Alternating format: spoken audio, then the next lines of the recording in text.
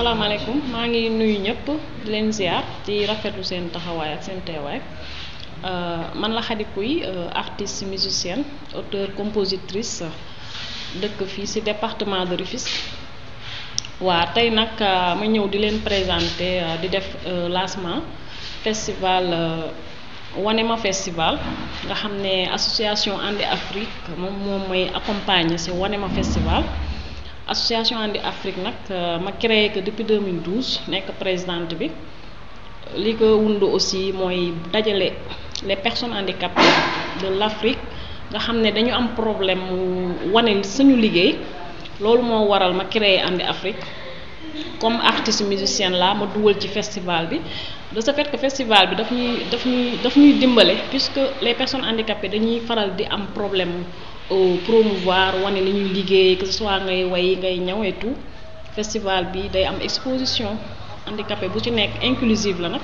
même bu dul handicap parce que ñun ci loolu la ñuy tax gën a taxaw dañuy xeex inclusion de ce fait que ñëpp dañ ciy ñëw gis ci seen bopp comprendre nga concert bi dafay am ay première partie yoo xam ne dañ leen di invité ñooñu tamit inclusive lay nekk dañuy jël fii parce que dañu yàgg xeex lu mel noonu parce que ñun dañu am problème boobu kon ñun duñu ñëw taxaw foofu fi ñuy taxaw mooy boole ñëpp jaxase ñëpp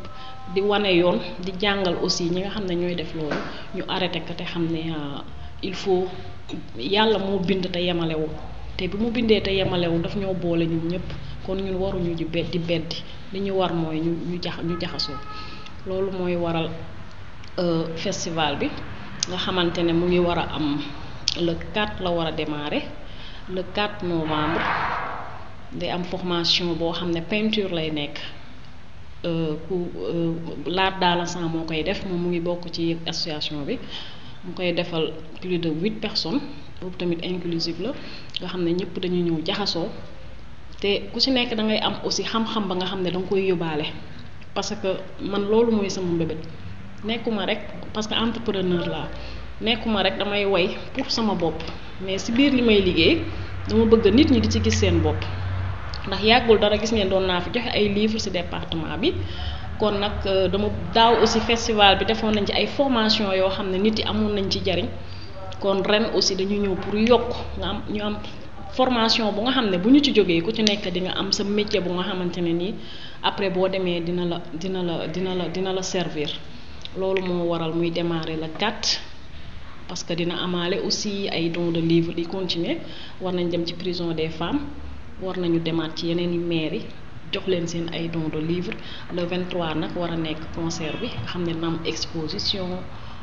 dina am ay première partie dina am groupe de danse boo xam ne ay personnes handicapées lañu aussi ñu gis ci seen bopp man ma ñëw tëj concert bi am na ay artistes invités aussi yu am maanaa yoo xam ne ñu ngi ci département bi am na ñoo xam ne dëkkuñu fi loolu yëpp pour boole rek laa ci jublu quoi may remercier aussi la fondation Sococim nga xam ne depuis 2012 ñu may jàppale xam nga yombul ngay nekk di def dara te fii ku fi ñeme dañ laa téye amaana bu ñu ci jàppul woon doon na metti trop pour ma arriver depuis sama formation musique ñu may accompagner ba ma ñemee di teg festival bi au début mu nekkoon anniversaire laa ko defoon di dajale samay fans ma dem ba événement bi am na mu toll ma ne lii nag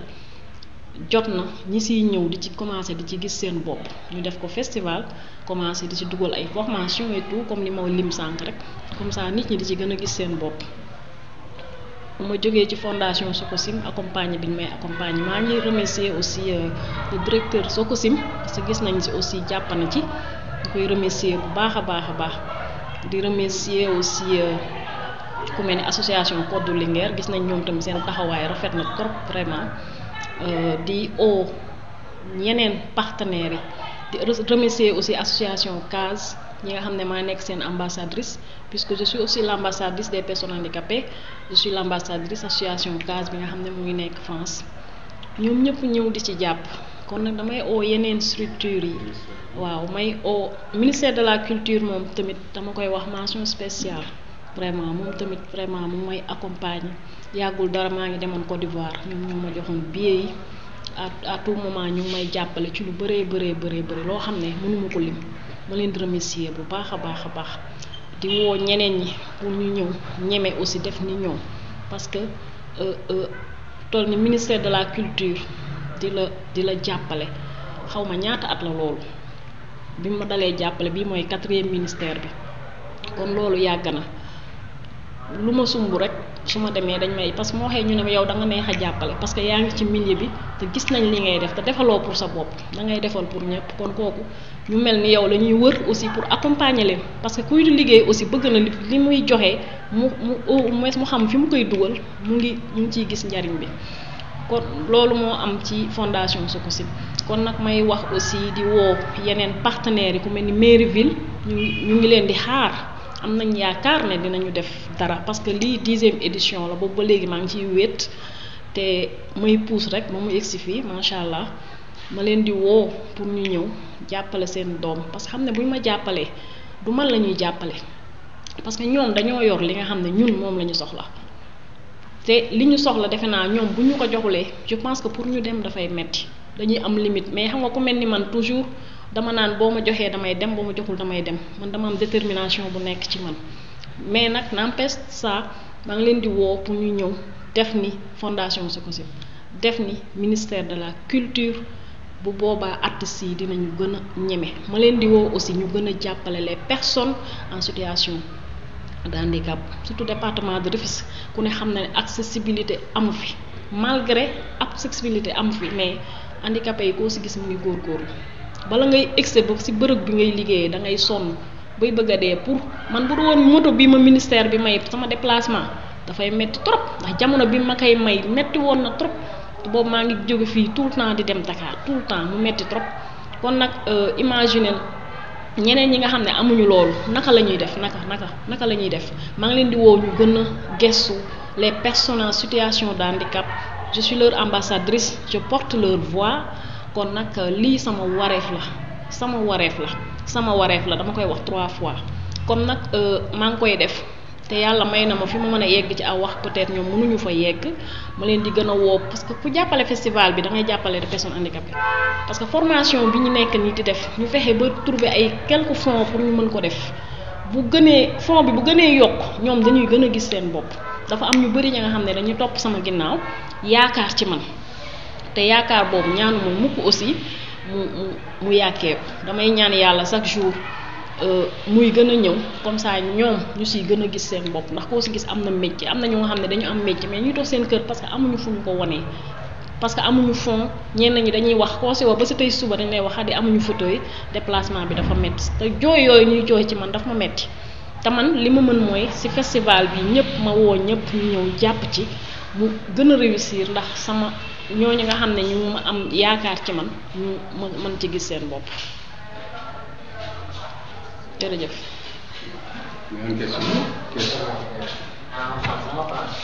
Je salue tout le monde, la presse et on est là aussi au centre culturel Maurice Bey. Depuis très longtemps, le centre m'accompagne. Malgré les difficultés et tout, mais la fondation Sococim est toujours là pour m'accompagner et je le remercie beaucoup. Et je remercie aussi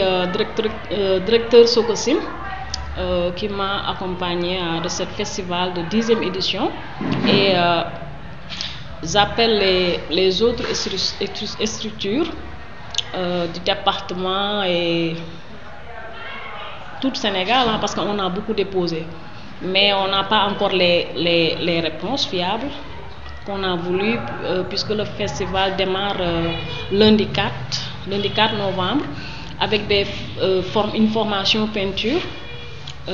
c'est inclusive et le concert c'est le 23 novembre. Il y aura aussi une exposition inclusive et il y aura aussi un concert que je devrais moi-même jouer et des premières parties et vous voyez sur le banderole il y avait des artistes invités comme Popeseux et d'autres, Igor Kindiaye et Zipra qui est une artiste en situation handicapée et la dame aussi elle s'appelle Lady Bia, elle est de Guédiawaye. Donc j'appelle toutes les structures pour qu'ils m'accompagnent de ce festival, parce que je promouvoir les personnes en situation handicapée dans leur travail, parce qu'on a des difficultés de montrer ce qu'on fait. Parce que moi-même, j'ai déjà vécu ça en tant qu'artiste. J'ai déjà vécu des problèmes de monter dans une scène. J'ai déjà vécu aussi, puisque je suis artiste, des fois je sortais un single et personne ne m'invite pour que je montre ce que je fais. Et c'est pour ça que j'ai créé mon propre structure Andi Afrique qui fédère toutes les personnes en situation handicapée, pour aussi qu'on montre ce qu'on fait. C'est l'association Andi Afrique qui m'accompagne sur le Wanema Festival que je viens de faire, qui devrait commencer le 4 novembre jusqu'à 23.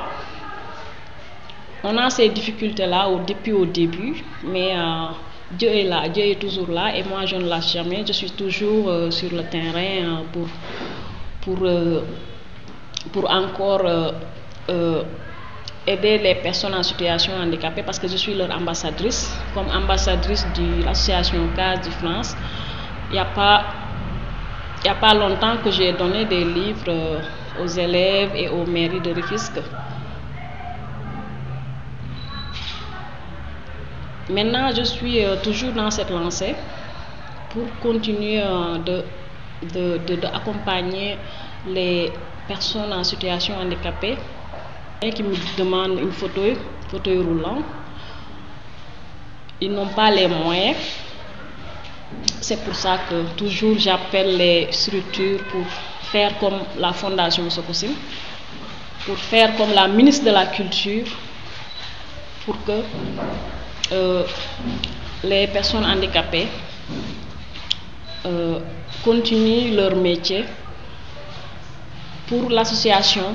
de faire promouvoir leur métier, parce que vraiment c'est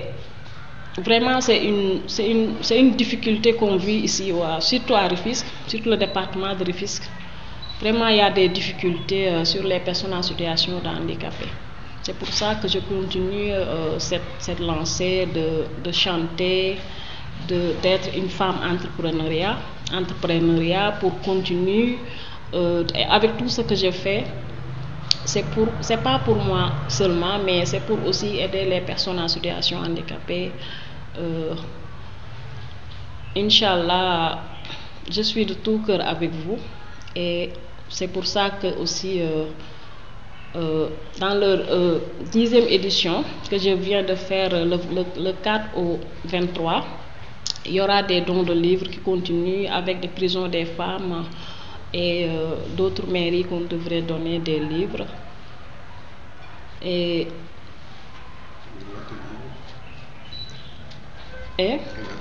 oui, et l'atelier de formation qu'on fait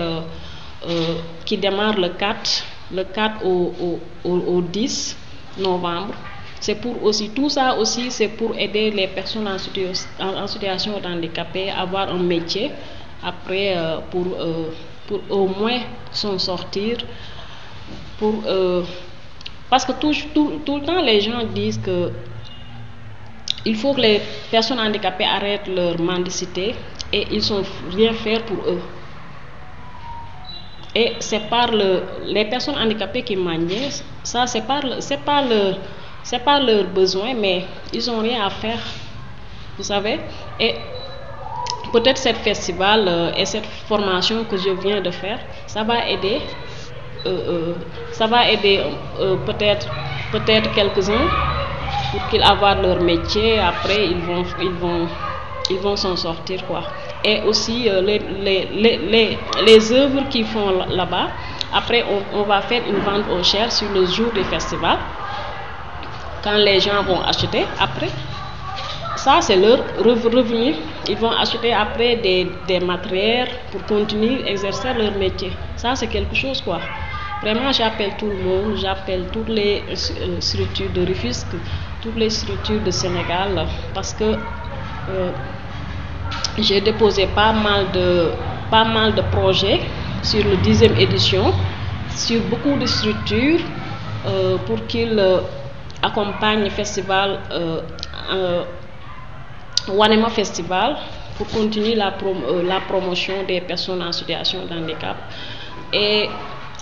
j'attends aussi la réponse du mairie ville. Et je remercie encore la Fondation Sococim. Je remercie encore le ministère de la Culture parce que il n'y a pas longtemps que j'ai parti à Côte d'Ivoire. C'est eux qui m'ont donné les billets. Et ils sont toujours là aussi quand je veux. Et je remercie aussi le directeur du Sococim. Vraiment, je les remercie. Alors, j'attends les autres pour qu'ils fassent comme eux. Et je remercie la presse. Une seule question. Tu insistes sur l'inclusion. Pourquoi tu insistes sur l'inclusion? Parce que j'ai déjà vécu ça. Je l'ai dit ça quand j'ai sorti des singles. J'ai des problèmes quand les autres artistes font des concerts, des programmes. Je dis pourquoi ils ne m'invitent pas. Et tout le monde me dit tu as une belle voix et tout, mais ils savent que aussi j'ai sorti une single et ils font leur concert, ils ne m'invitent pas. Et tout de suite, moi, je me suis dit, parce que je suis une personne et je suis un être humain, je pense vite que peut-être je suis en situation de handicap. Mais ça n'est pas un frein pour moi, parce que je dis ma voix n'est pas handicapée. Tu vois? Et ça aussi, ça m'a beaucoup forgé pour aller faire une formation musique pour arriver. C'est pour ça que aussi j'ai créé mon propre festival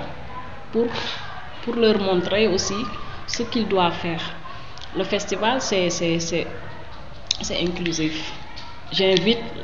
vous voyez, les personnes qui sont sur le bandeau, il y a une seule handicapée, c'est Zipra. Les autres n'ont pas en situation de handicap. Et chaque année, c'est comme ça. Chaque année, c'est comme ça. Même la formation, c'est inclusif.